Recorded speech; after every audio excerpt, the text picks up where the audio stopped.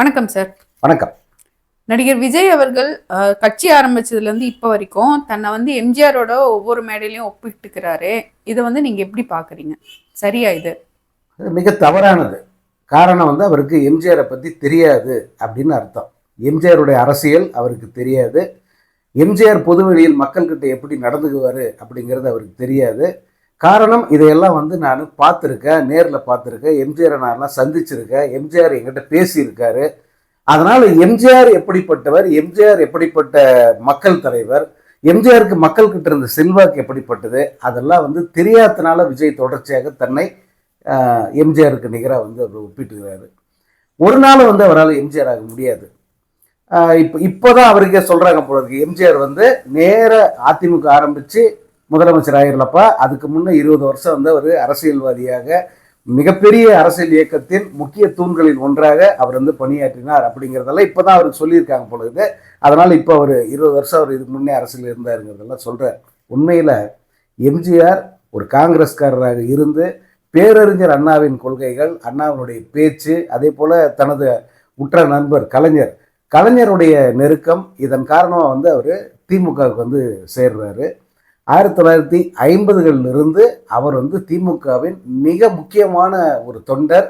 ஒரு 2ஆம் நிலை தலைவராக இருந்து முதல் நிலை தலைவராக மாறுறாரு. தனது படங்களில் திமுகவை மிகப்பெரிய அளவுக்கு மக்கள் மத்தியில் கொண்டு போய் சேர்க்கிறாரு. அன்னைக்கு இப்படியெல்லாம் சோசியல் மீடியா கிடையாது. அதே போல் ஊடகம் இந்த அளவுக்கு பெரிதாக இல்லை. அங்கே அன்னைக்கு இருந்ததெல்லாம் செய்தித்தாள்கள், துண்டு பிரசுரங்கள், அதே போல் பத்திரிகைகள்.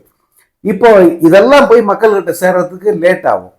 உடனடியாக போய் சேர்றது எதுன்னா திரைப்படங்கள் தான். திரைப்படங்கள் பவர்ஃபுல்லான மீடியாவாக அப்போ இருந்தது. அதனால் அந்த திரைப்படங்களில் கருப்பு சிவப்பு, அதாவது திமுகவின் கொடி வண்ணம், அதே போல் பேரறிஞர் அண்ணா, கட்சியினுடைய தலைவர் பேரறிஞர் அண்ணா, அவரது புகழ், அதே போல் இந்த கட்சி ஆட்சிக்கு வந்தால் என்ன மாதிரியான ஆட்சியை மக்களுக்கு தரும் அப்படிங்கிற அந்த பிரச்சாரம், இது எல்லாத்தையுமே அவர் தவறாமல் தனது படங்களில் இடம்பெற செய்தார். எத்தனை படங்கள், நீங்கள் 1-2 கிடையாது. எம்ஜிஆர் நடித்த அந்த 50களிலிருந்து இந்த 60களின் இறுதி 70கள், அப்புறம் அவர் அதிமுக தொடங்குவதற்கு முன்பு வரைக்கும் அவர் திமுகவினுடைய கொடியையும் பேரறிஞர் அண்ணாவின் பெயரையும் கட்சியின் கொள்கைகளையும் தனது படங்களின் மூலமாக மக்கள்கிட்ட கொண்டு போய் சேர்த்தார். அது எப்பேற்பட்ட வீச்சுங்கிறத பேரறிஞர் அண்ணா உணர்ந்திருந்தார். 100 மேடையில் போய் பேசுறதும் சரி, எம்ஜிஆர் தன்னுடைய முகத்தை ஒரே ஒரு மேடையில் காட்டுறதும் சரி, 2 சமம் அப்படின்னு சொல்லிட்டு அண்ணாவே பேசியிருக்காருன்னா எம்ஜிஆர் எப்படிப்பட்ட பவர்ஃபுல்லான ஒரு தலைவர் அப்படிங்கிறத நீங்கள் புரிஞ்சுக்கலாம். அப்படி இருந்தவர் தான் பின்னாளில் அதிமுக ஆரம்பிக்கிறார். அப்படி அதிமுக ஆரம்பிக்கும் போது அவர் தனித்த மனிதராக மட்டுமே ஆட்சியை ஆரம்பிக்கல, அல்லது கூட தனது ரசிகர்கள் மட்டுமே போதும் அப்படின்னு நினைச்சும் அவர் பண்ணல. மாறாக மிக புகழ்பெற்ற தலைவர்கள், அன்னைக்கு திமுகவில் இருந்த புகழ்பெற்ற தலைவர்கள் பலரும் எம்ஜிஆர் பின்னாடியே வராங்க. எம்ஜிஆருக்கு உறுதுணையாக அவங்கெல்லாம் களத்தில் நிற்கிறாங்க. அதனுடைய விளைவு தான் அவர் முதல் தேர்தலில் மிக அமோகமாக வெற்றி பெறுகிறார்.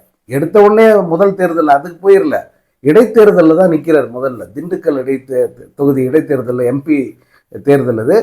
அந்த தேர்தலில் நின்று மிகப்பெரிய வெற்றியை பெற்ற உடனே அரசியல் களம் அப்படியே மாறுது. அதாவது கட்சி தொடங்கி சில மாதங்கள் தான் ஆகியிருக்கோம், உடனடியாக அந்த இடைத்தேர்தல் வருது. அவர் கொஞ்சம் கூட தயங்கவே இல்லை. நேராக நான் அந்த கோட்டைக்கு போகிற தேர்தல் தான் அப்படிலாம் யோசிக்கவே இல்லை. இதிலேயே நம்ம டெஸ்ட் பண்ணி காட்டிடுவோம் நம்ம செல்வாக்கு என்னன்னு தெரிஞ்சுட்டு உடனடியாக தனது செல்வாக்கை அந்த இடைத்தேர்தலில் காட்ட அவர் எல்லா முயற்சியும் எடுக்கிறாரு. அவருக்கு அமோகமான வெற்றி கிடைக்குது. அப்போ ஆளுங்கட்சியாக இருக்கிறது இது திமுக, கலைஞர் முதல்வர்.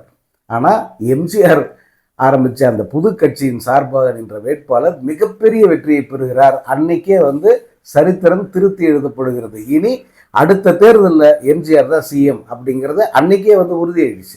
அடுத்து பார்த்தீங்கன்னா எம்ஜிஆருடைய தன்மை, மக்களோடு பழகுகிற தன்மை இருக்கு. அதெல்லாம் கனவுல கூட யாரும் நினைச்சு பார்க்க முடியாது.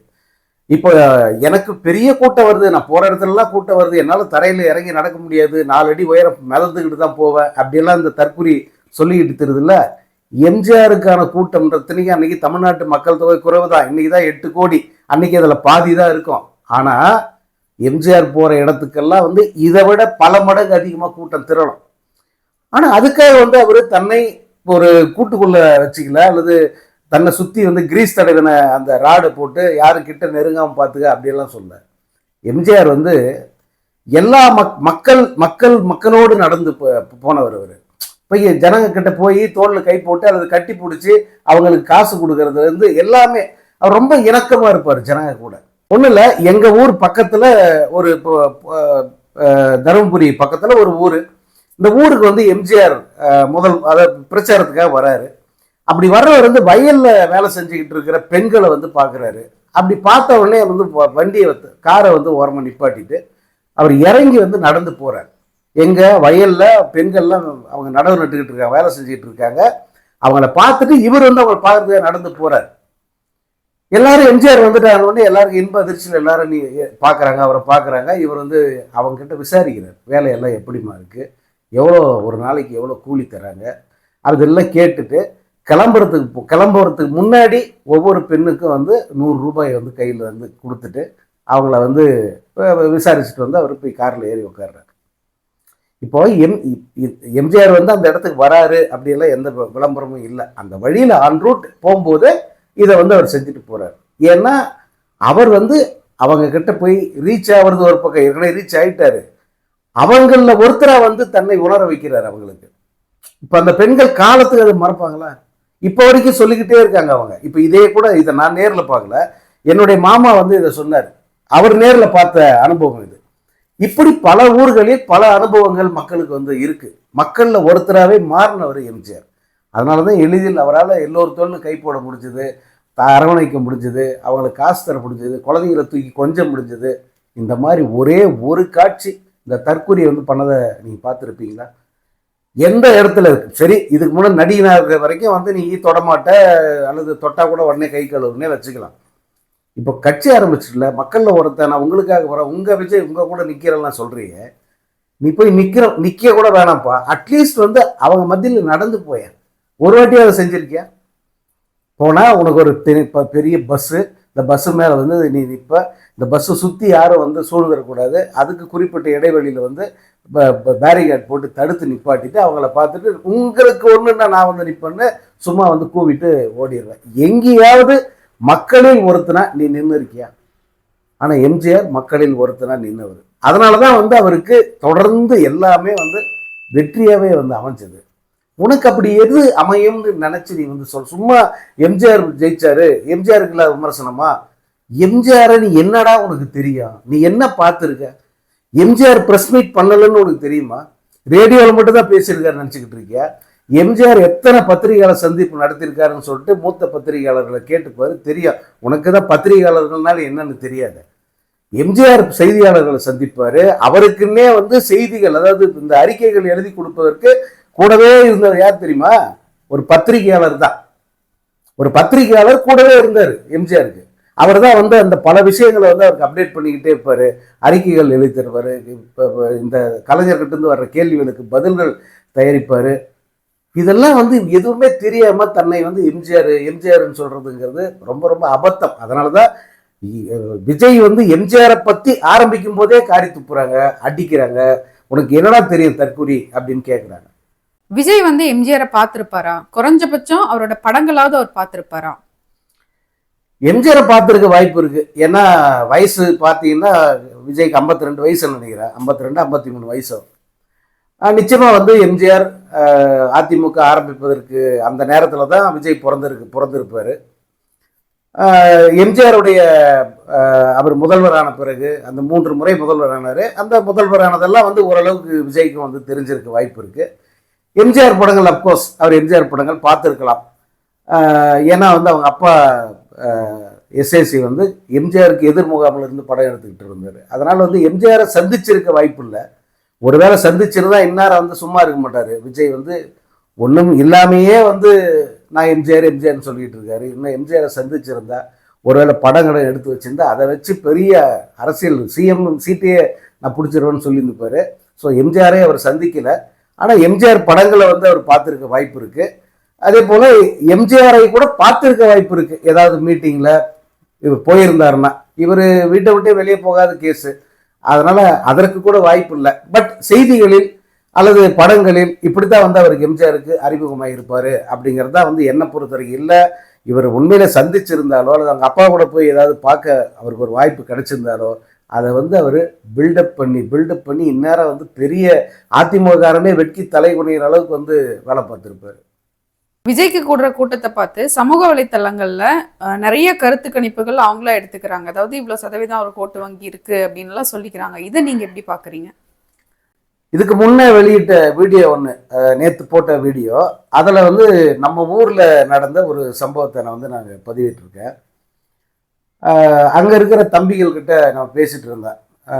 அவங்க வந்து இந்த ஊரில் எப்படிடா இருக்குது, விஜய்க்கெல்லாம் ஆதரவு, நிறைய பசங்க இப்போ எல்லாம் இந்த கால இளைஞர்கள்லாம் விஜய் ஆதரவாளர்களாக இருக்காங்களா எப்படி அப்படின்னு சொல்லி கேட்டேன்.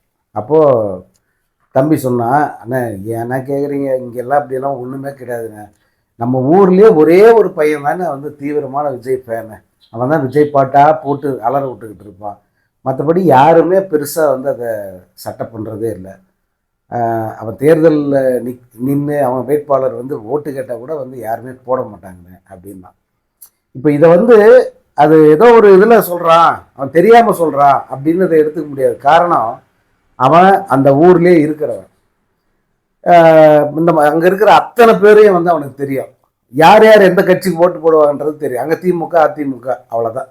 மிஞ்சி போனால் காங்கிரஸுக்கு ஒரு ஓரளவுக்கு இருக்கும், ஒரு 10 ஓட்டு இருக்குன்னு வச்சுக்கோங்களேன். மீது எல்லாம் வந்து திமுக தான், மேக்சிமம் திமுக, கொஞ்சம் அதிமுக. இவங்க யார் யார் வந்து எப்படி போடுவாங்கன்றது அவனுக்கு தெரியும். அவன் சொல்கிறான், இங்கே இவ்வளோதான், நான் இந்த ஒரு பையன் போட்டால் போடுவான், நான் மற்றபடி போட மாட்டாங்க. என்னன்னா ஒரே ஒரு ஓட்டை அப்படின்னா அவங்க இருக்கிற யதார்த்தத்தை சொல்கிறான். ஒருவேளை வந்து அவன் கம்பல் பண்ணி அவன் பொண்டாட்டி போய் போடுவாரான்னா தெரியாது. இதுதான் நிலவரம். இப்போ இதே ஊருக்கு விஜய் வராப்புலன்னு வச்சுக்கோங்க. விஜய் வந்து இது பிரச்சாரத்துக்காக வர்றாரு, ஓட்டு கேட்டு வர்றாருன்னே வச்சுக்கோங்களேன். இப்போ இந்த விஜயை பார்க்கறதுக்கு எவ்வளோ கூட்டம் போடுவாங்க? மொத்த ஊரு திரண்டு வந்துடும்ல, சுத்து பக்கம் அத்தனை பேர் வந்துடுவாங்கல்ல. விஜய்க்கு யார் ஓட்டு போடுவானோ அவன் மட்டுமே அவன் போய் பார்ப்பான், எல்லாருமே வந்துடுவாங்க. இன்னொன்று ப்ரீ பிளான்ட் எல்லா இடத்துலையும் சொல்லலாம், விஜய் வந்தால் வரப்போறாரு, விஜய் பேச போறாரு, எல்லாரும் வாங்க வாங்கன்னு கட்சிக்காரன் கூப்பிடுவான். அல்லது அந்த அந்த அந்த அந்த விஷயம் தெரிஞ்சாலே வந்து சரி ஒரு வாட்டி பார்ப்போம், விஜய் நம்ம ஊருக்கு வரான், போய் ஒரு வாட்டி பார்ப்போம் அப்படின்னு வருவாங்கல்ல. அதெல்லாம் வந்து ஓட்டாயிடுமா? இந்த கல நிலவரம் தெரியாம வந்து பலர் இந்த தொலைக்காட்சிகளில் விவாதம் அப்படிங்கிற பேரில் வந்து விஜய்க்கு இத்தனை சதவீத ஓட்டு, விஜய்க்கு இத்தனை சதவீத ஓட்டு, ஒரு ஏதாவது ஒரு விஜய் வந்து பேசிட்டா சரி, ஏதாவது ஒரு மேடை அல்லது ஏதாவது ஒரு நிகழ்ச்சி அதில் விஜய் கலந்துக்கிட்டு பேசிட்ட உடனே விஜய்க்கு 4% ஓட்டு ஏறிடும். அடுத்த ஒரு பிரச்சாரத்துக்கு போனால் இன்னொரு 4% ஏறும். அப்படி ஏறித்தான் இப்போ 40+ வந்து நிற்கிறாங்க அவங்க. இந்த தமிழ்நாட்டில் காலகாலமாக அரசியல் செஞ்சுக்கிட்டு இருக்கிற 75 ஆண்டு கால கட்சியான திமுகவுக்கே இன்னும் 40% வாக்கு வரல. அதே போல திமுகவுக்கு சமமான எதிரி, பலத்தோடு நிற்கிற ஒரு எதிரி அப்படின்னு சொல்லப்படுகிற அதிமுக, அந்த கட்சிக்கே இன்னும் 40% வரல.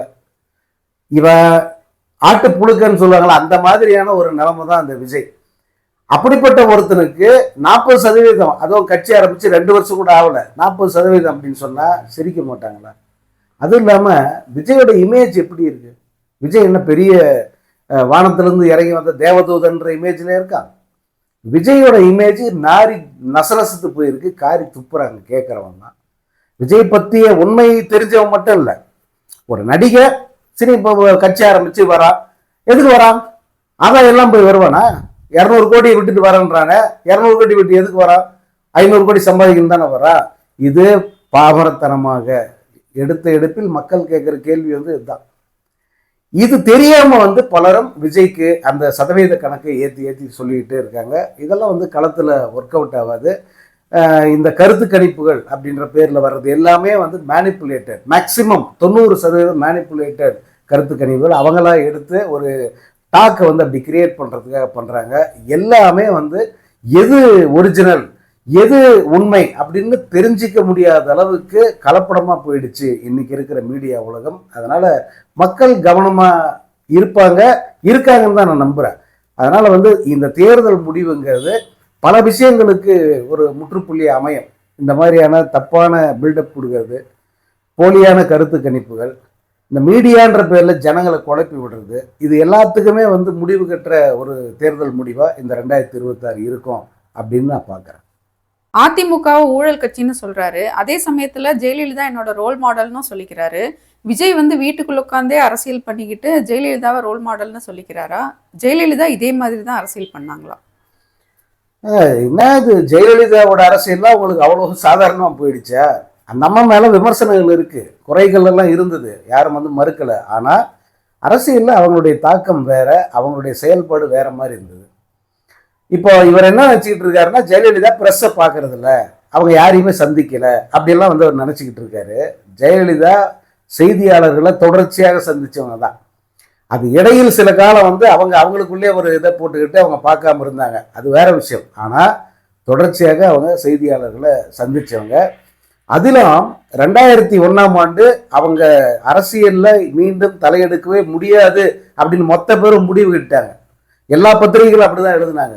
சன் உள்பட பலரும் கருத்து கணிப்பின்ற பேரில் வந்து ஜெயலலிதா படுதோல்வி அடைவார் அப்படிதான் எழுதினாங்க. அப்போ 2 பத்திரிகை மட்டும்தான் ஜெயலலிதா மீண்டும் வெற்றி காண்பார், மிகப்பெரிய அளவுக்கு அவர் அரசியலில் பெரிய எதிர்காலம் இருக்குது அப்படின்லாம் எழுதுனது டைம்ஸ் ஆஃப் இந்தியா, இன்னொன்று நான் பணிபுரிந்த இந்த பத்திரிகை, இணையதள பத்திரிகை. அது இதில் இந்த இந்த கணிப்பு வந்து அப்போ எல்லாருமே சிரிச்சாங்க, இதெல்லாம் நடக்காது அப்படின்னு சொல்லிட்டு. ஆனால் அந்த அம்மா ஜெயிச்சாங்க, மீண்டும் முதல்வராக பதவியேற்றாங்க. அந்த பதவியேற்பு விழாவுக்கு ஒரு பத்திரிகையாளர் நானும் போனேன், ராஜ்பவனில் நடந்தது. அதுக்கடுத்து கோட்டையில் அவங்க முதலமைச்சர் நாற்காலியில் அமரப்போகிற அந்த நேரம், அதை வந்து செய்தியாளர்கள் அதை பார்ப்பதற்கு அனுமதி அளித்தாங்க. அந்த செய்தியாளர்களில் ஒருத்தனா நான் போயிட்டு ஆளாக, நீங்கள் நம்புங்க நம்பாமல் போங்க, முதல் ஆளாக அவங்களுக்கு வாழ்த்து தெரிவித்தது நான். அவங்ககிட்ட போயிட்டு கையெடுத்து கும்பிட்டு கன்கிராச்சுலேஷன் மேடம் அப்படின்னு சொல்லும்போது வந்து இப்படி பார்த்தாங்க, ஒரு சிரிப்பு சொன்னாங்க. அப்புறமா எல்லாருமே வந்து அவங்களுக்கு வாழ்த்து தெரிவித்தாங்க, அனைவருக்கும் நன்றி அப்படின்னு சொல்லிட்டு அதுக்கப்புறமா தான் வந்து அவங்க அவர்களுடைய அந்த பதவியேற்பு முதல் கையெழுத்தெல்லாம் போட்டாங்க. செய்தியாளர்களை தொடர்ச்சியாக சந்திச்சாங்க அந்த முறையும். அதுக்கப்புறமா அவங்க 2011 மீண்டும் முதலமைச்சர் ஆகிறாங்க. அப்போது சென்னை பல்கலைக்கழக நூற்றாண்டு மண்டபம் இருக்கு, அதில் தான் அந்த நிகழ்ச்சி நடந்தது. ரஜினி வந்திருந்தார், எல்லாருமே வந்தாங்க. அந்த நிகழ்ச்சிக்கு நானும் ஒரு செய்தியாளர் போயிருந்தேன். அவங்க அந்த பதவியேற்பு விழா முடிஞ்ச பிறகு ஒரு செய்தியாளர் சந்திப்பு தலைமைச் செயலகத்தில் நடக்குது. அப்போ வந்து இவங்க ரிப்போர்ட்டர்ஸ் கிட்ட அவங்க சொல்கிறாங்க, ஒரு இடம் ஒன்று இனி நிரந்தரமாக செய்தியாளர் சந்திப்பு இங்கே தான் அப்படின்னு சொல்லிட்டு ஒரு இடத்த வந்து அவங்க ஃபிக்ஸ் பண்ணுறாங்க. அந்த இடத்துல நிற்கணும், ஒரு குறிப்பிட்ட தூரத்தில் செய்தியாளர்கள் நிற்கணும். ஏன்னா இவங்க அந்த கட்டுப்பாடு இல்லாமல் வந்து ஒரு முறை ஜெயலலிதா வீட்டில் நடந்த செய்தியாளர் சந்திப்பில் கட்டுப்பாடு இல்லாமல் நடந்ததில் ஒருத்தருக்கு வந்து மண்டையில் அடிபட்டுருச்சு. ஈவன் அவங்க ஜெயலலிதா முகத்துக்கு நேராகவே வந்து ரொம்ப க்ளோஸாக கேமரா போய் அவங்கள தாக்குற நிலைமைக்கு வந்துருச்சு. அதனால் வந்து அவங்க ஒரு டிஸ்டன்ஸ் இருந்தால் நல்லது அப்படின்னு சொல்லிட்டு இந்த முறை ஒரு குறிப்பிட்ட இடத்துல அவங்க நின்றுக்குவாங்க, மைக் அங்கே வச்சுருவாங்க, செய்தியாளர் கொஞ்சம் தள்ளி நிற்கணும், அவங்க பேசினா கேட்குற தூரத்தில் நிற்கணும். இந்த நம்ம இனிமேட்டு வந்து தொடர்ச்சியாக இந்த மாதிரி செய்தியாளர் சந்திப்பு நடத்தலாம் அப்படின்னு அவங்களே வந்து அதை வந்து தெரிவித்தாங்க. அதன் பிறகு வந்து அவங்க கைதாகி அவங்க சிறைக்கு போனது அதெல்லாம் வந்து உங்களுக்கு தெரியும். ஸோ இப்படி எல்லா நேரத்திலுமே வந்து அவங்க செய்தியாளர்களை சந்திச்சிருக்காங்க. என்னன்னா ஃப்ரீக்வெண்ட்டாக சந்திக்க மாட்டாங்க, அவங்க நினைச்சா அவங்க சந்திக்கணும்னு தோணுச்சுன்னா அப்படிதான் அவங்க வந்து ப்ரெஸ்ஸை வச்சுருந்தாங்க. இந்த மாதிரி ப்ரெஸ்ஸை பார்த்தாலும் தலை திருக்கி போடுறதெல்லாம் அவங்க கிடையாது. அதே மாதிரி கம்பீரமாக நின்று பதில் சொல்லிட்டு போகிறவங்க தான் அவங்க. ஒன்று உங்களால் அவங்க கிட்டே நெருங்க முடியாது, ஜெயலலிதாவுடைய கேரக்டர் சொல்கிறேன், உங்களால் அவங்கள நெருங்கவே முடியாது. அவங்களுக்கு இவன் வேணாம் அப்படின்னு முடிவு பண்ணிட்டான், இல்லை பரவாயில்ல வந்துட்டு போட்டோம் கேட்கட்டும் அப்படின்னு அலோவ் பண்ணாங்கன்னா நீங்கள் அவங்கள பார்க்கலாம் அல்லது கேள்வி கேட்கலாம். இதுதான் அவங்களுடைய அப்ரோச்சு. இந்த தருதலை மாதிரியெல்லாம் வந்து யாருமே இருக்க மாட்டாங்க. இவர் எம்ஜிஆர் அப்புறம் ஜெயலலிதா இவங்க 2 பேரும் செய்தியாளர்களை பார்க்காதவங்க, அந்த மாதிரி தான் நானும் அப்படின்னு சொல்ல நினைக்கிறாருன்னா அது மிகப்பெரிய மடத்தனம். அவங்க 2 பேருமே செய்தியாளர்களை சந்தித்தவங்க தான், ப்ரெஸ்ஸை பார்த்தவங்க தான். ஒவ்வொரு இதுக்கும் கேள்வி பதில் அந்த மாதிரி வரும்போது வந்து அவங்க தயங்காமல் செய்தியாளர்களுக்கு பதில் சொன்னவங்க தான். ஏன் சில செய்தியாளர் சந்திப்பு நடத்தி பேச முடியாத விஷயத்தையெல்லாம் ஒரு அறிக்கையாக கொடுத்துருவாங்க ஜெயலலிதா. கலைஞர் எப்படி அவரே கேள்வி கேட்டு அவரே பதில் சொல்லுவாரோ அதே போல் ஜெயலலிதா அறிக்கையாக கொடுப்பாங்க. எம்ஜிஆர் அதே போல அறிக்கை, அவருக்கு சோலை அப்படின்னு ரொம்ப புகழ்பெற்ற பத்திரிகையாளர், அவர் தான் அறிக்கைகளை எழுதி கொடுப்பாரு. அவர் கடைசி வரைக்கும் எம்ஜிஆர் கூட இருந்தார்.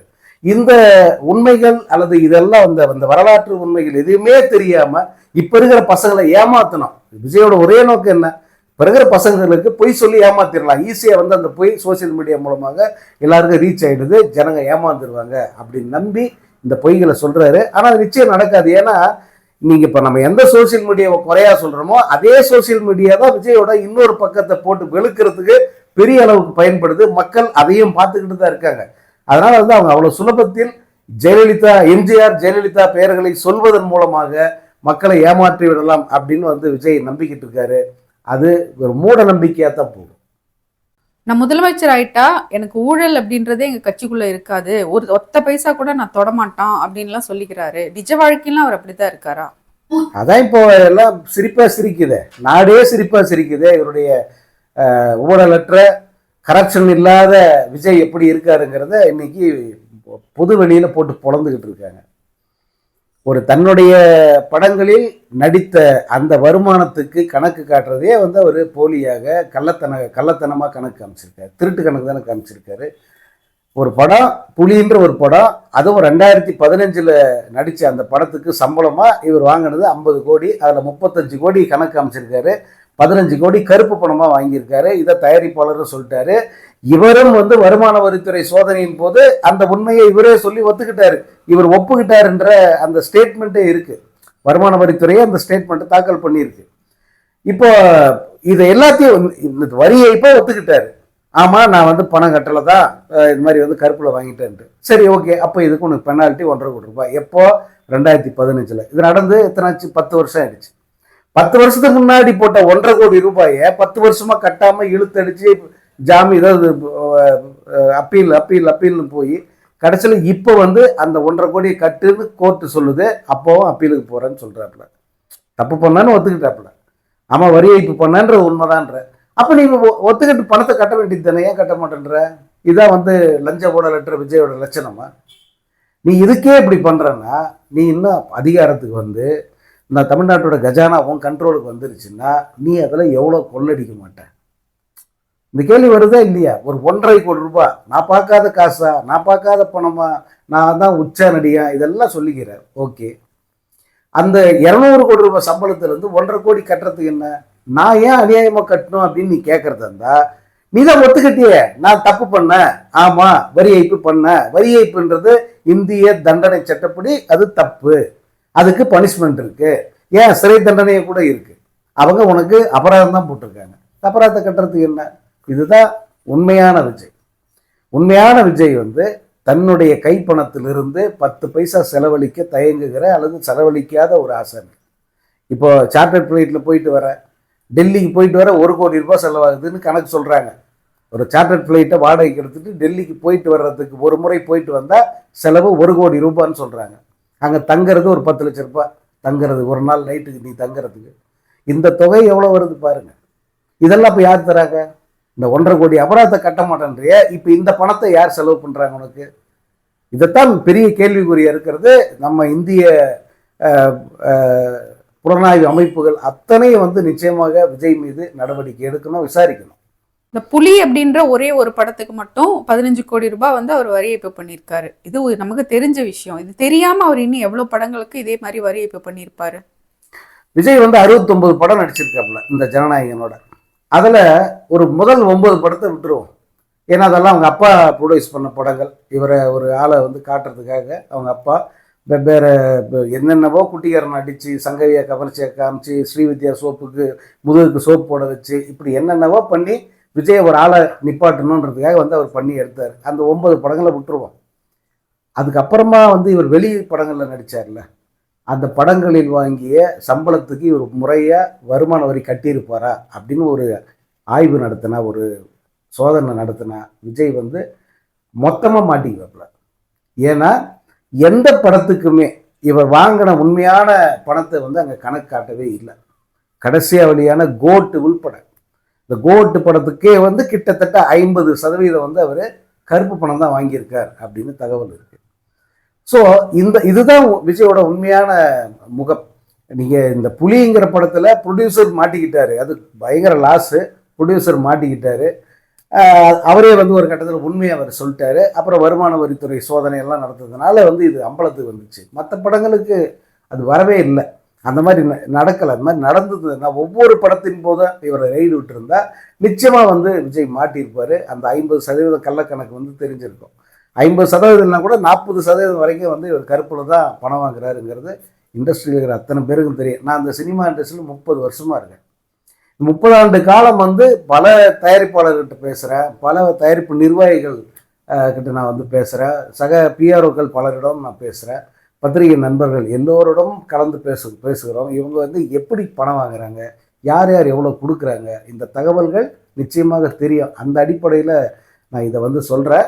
நல்ல கேள்வி. நிச்சயமாகவே வந்து அந்த 69 படத்தில் 60 படங்களில் விஜய் வந்து இந்த கருப்பு பணம் வாங்கியிருப்பாருங்கிறதுல எந்த சந்தேகமும் இல்லை. சார், கடைசியா ஒரு கேள்வி. இப்போ திமுக ஆட்சியில வந்து பெண்களுக்கு பாதுகாப்பு இல்லை அப்படின்னு வந்து அவர் சொல்லிட்டு இருக்காரு. அவங்களோட கட்சியில இருக்கிற பெண்களுக்கே பாதுகாப்பு இல்லைன்னு சொல்லிட்டு அவங்களோட சமூக வலைத்தளங்கள்ல பதிவிட்டு இருக்காங்க. அதே மாதிரி அவங்களுடைய ஏரியா, அதாவது பனையூர் அவங்க சுத்தி இருக்கிறவங்களுக்கு வந்து இவங்க கட்சிக்காரங்கனால ரொம்ப டிஸ்டர்பா இருக்கு, எங்களை ரொம்ப அராஜகம் பண்றாங்கன்னு சொல்லிட்டு இருக்காங்க. இதை நீங்க எப்படி பாக்குறீங்க? அதுதான் உண்மை.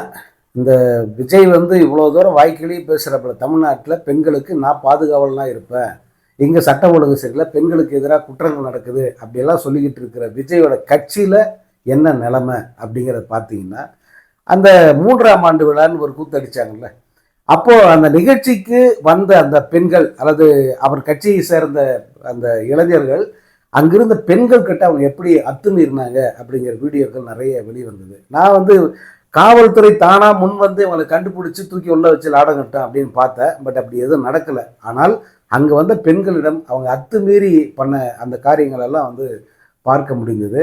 இவங்க அந்த பொறுக்கி மனோபாவத்தோடையே சுற்றுற பசங்க, தற்குறி பசங்க, தருதலை பசங்க, இவங்க கிட்டேருந்து எப்படி பெண்களை நீ பாதுகாக்க முடியும்? அதே போல் ஒரு தன் கட்சி நிர்வாகி ஒரு பதவிக்கு எனக்கு ஏன் நியாயமாக நான் இவ்வளோ தூரம் பண்ணியிருக்கேனே, எனக்கு ஏன் உரிய பதவி தரலன்னு கேட்டு வராங்க. அவங்க கிட்ட விஜய் எப்படி நடந்துக்கிட்டாரு அப்படிங்கிறதையும் நம்ம பார்த்தோம். ஒரு காரை வந்து அவங்க மேலே ஏற்றி கொல்ல முயற்சி பண்ணுற அளவுக்கு வந்து அவங்க மனநிலை வந்து ஒரு மோசமானதாக இருக்குது. இது ஒரு பக்கம்னா அந்த பனையூர் வாசிகளுடைய குமுறல் இது இன்னைக்கு நேற்று இல்லை, கிட்டத்தட்ட ஓராண்டு காலமாக வந்து இது அங்கே நடந்துக்கிட்டு இருக்கு. அங்கே இருக்கிற மக்கள் தங்கள் அதிருப்தியை தெரிவிக்கிறாங்க, காவல் நிலையத்தில் புகார் தராங்க. போலீஸாரெல்லாம் என்ன பண்ண முடியும்? இப்போ விஜய் அங்கேருந்து காலி பண்ணாதான் இந்த அந்த நியூசன்ஸ் வந்து குறையும். ஆனால் காலி பண்ண முடியுமா? என் வீட்டை விட்டு என்னை விரட்டாங்க அப்படின்னு அதையும் வந்து ஒரு பெரிய புகாரை சொல்லிட்டு தெரியும் தற்கொலை. இது வீடு அங்கே இருக்குது, ஒரு அலுவலகம்னு ஒன்று வச்சுக்கலாம், தப்பு இல்லை.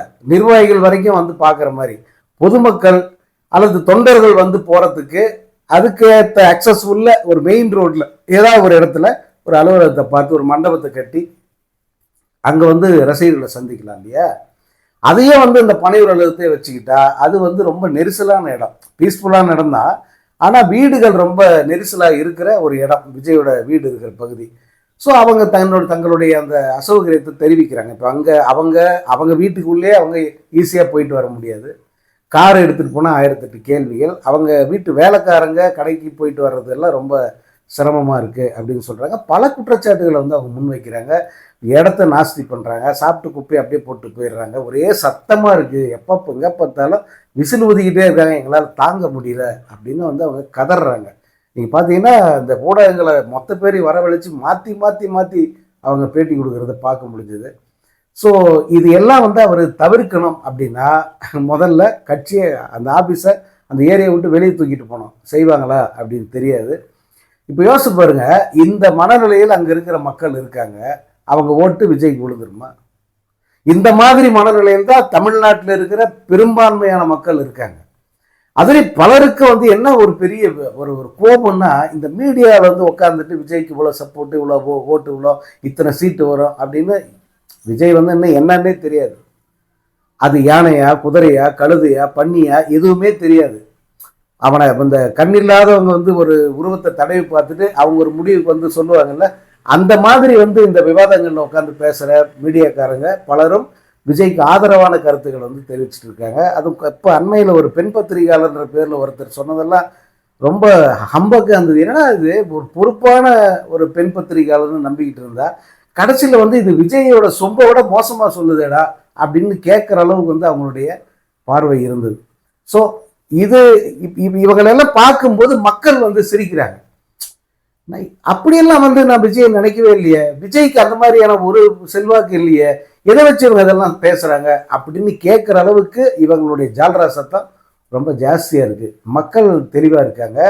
இந்த விஜய்க்கு ஆதரவாக பேசுற அல்லது விஜயை பத்தி நான் நடுநிலையா பேசுறேங்கிற பேர்ல அபத்தமா உளறி கொட்டிக்கிட்டு இருக்காங்களே, அவங்கள பார்க்கும்போது ஜனங்க இப்படித்தான் வந்து பேசிக்கிறாங்க. நன்றி சார். நன்றி.